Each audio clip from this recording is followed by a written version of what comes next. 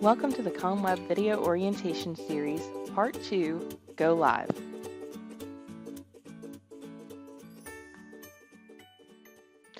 Now that your site is set up, it's time to go live and invite your residents. In this video, we'll cover the Go Live process. Here are the bullet points. Once we get the thumbs up from you, we'll set the site to live mode and remove the setup bar across the top of your website. Then we'll switch over the domain name, and finally, you'll want to invite your residents. That's it. There are no special conditions in regard to setting the site to live mode. However, when it comes to switching the domain name, there is one situation in particular we would like to make you aware of. This only really applies to those who already have a website being hosted on their domain name. If this is you, please be aware that there will be a dead zone of approximately 24 hours after go live when you and your residents might land on your new ComWeb site or your old site. This is just a simple caching issue, and it just takes a little time for the switch to take full effect. Inviting your members provides you with several options. There are three main ones we'll cover in this video. Invitation by email, which is broken into two categories. Those whose emails are associated with a member account either via the sync with your accounting software or imported via spreadsheet, and those whose emails are not associated with a member account. And finally, invitation by postal service, which is based on the mailing addresses saved into the member profiles of each member record. First and foremost, you'll want to send an invitation email to all those residents whose emails are already stored in your membership database and associated with a member record. To do this, click on the Welcome drop-down menu and select Site Admin. Then click on the Members tab and select Invite Members, and click on Invite by Email. Or click on the Welcome drop-down menu and select Membership. Then select Invite Members and Invite by Email. Sending invitations from this area of the website will actually pull all records from your membership database and send an email to anyone who has an email address in their profile and has not already created login credentials. So it automatically filters out people who've already registered for the website. Additionally, there will be hyperlinks added to the bottom portion of these emails upon send that are specific to each individual and bring them directly to their member profiles to accept the website terms of use and create their login credentials without the need to be processed by you. On the first tab, you'll just check the box that says Check All. On the second tab, you'll want to review the email, check for verbiage, spelling, correct hyperlinks, etc. You'll notice that those direct links I mentioned a second ago do not appear. That's because they'll be generated on an individual basis as each email is queued up, so don't worry about those. Once you've verified the content of the email, click the Submit button. You'll be asked to select a sender and enter a title.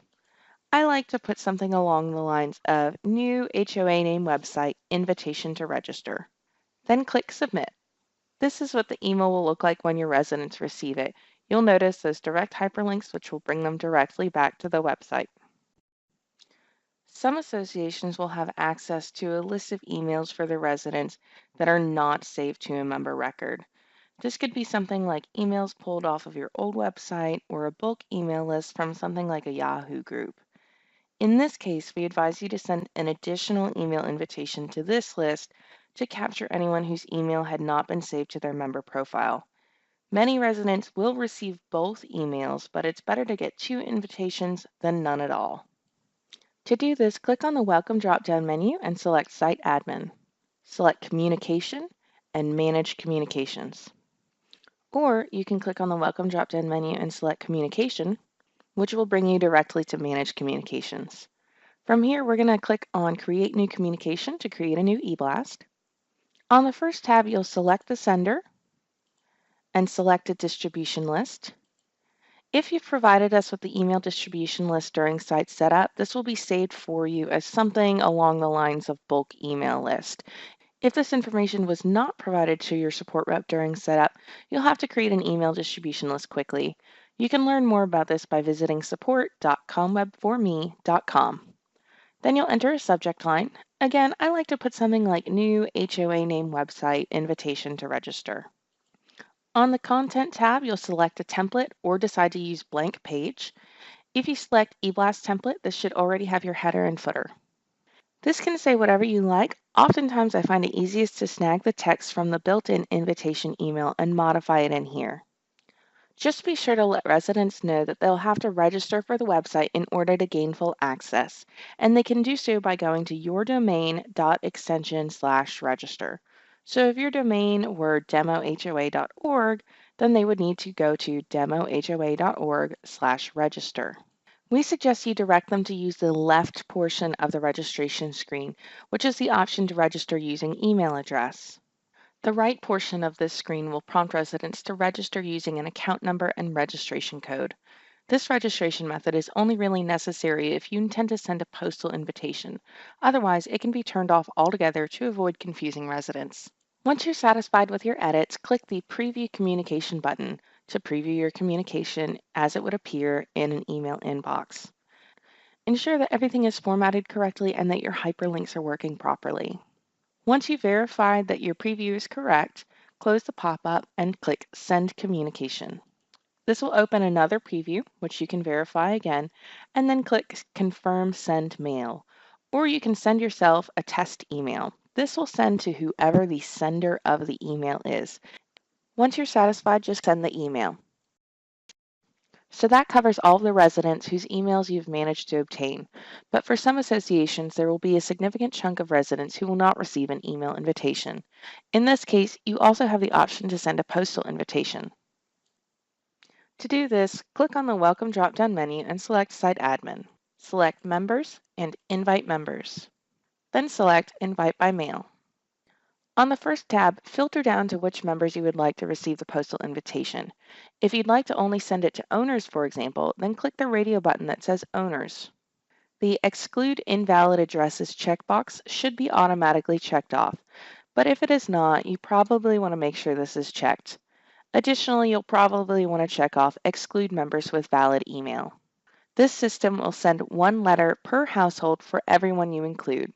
So for the configuration displayed, the postal invite will be sent to one letter per household for only owners, excluding those who have at least one valid email address on file and excluding those who have an invalid mailing address. Once you've configured that to your liking, check the box that says Check All. If you see a household that you would like to not receive the letter, just uncheck the box next to their name.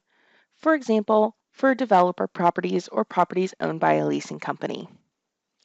On the Content tab, please check for verbiage and spelling. Obviously, nothing needs to be hyperlinked since this is a letter. You'll notice 3 fields with percentage signs around them: member name, account number, and registration code. Your residents will need this information in order to register, but don't edit them.